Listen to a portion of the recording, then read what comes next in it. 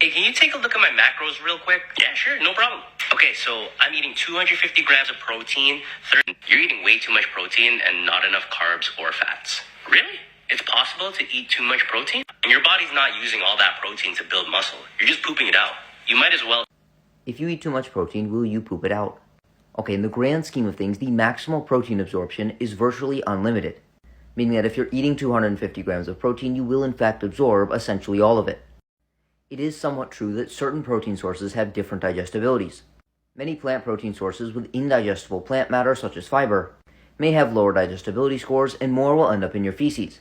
However, the amount of protein that we consume has trivial, if no effect on the amount that we actually absorb.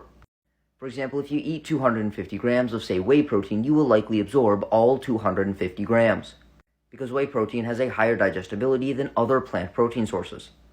However, it does appear if your goal is building the maximal amount of muscle, consuming above 40 grams of protein from a higher quality protein source likely will not induce any additional muscle growth, and we will then see an increase in amino acid oxidation, which is the use of the amino acids contained in protein for energy purposes rather than for building purposes.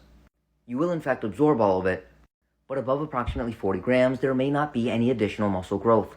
With that being said, as many may comment, we do have a 2023 study questioning this hypothesis, indicating that as you go from 25 grams to 100 grams, muscle protein synthesis is substantially higher, and the increase in amino acid oxidation is only slightly higher.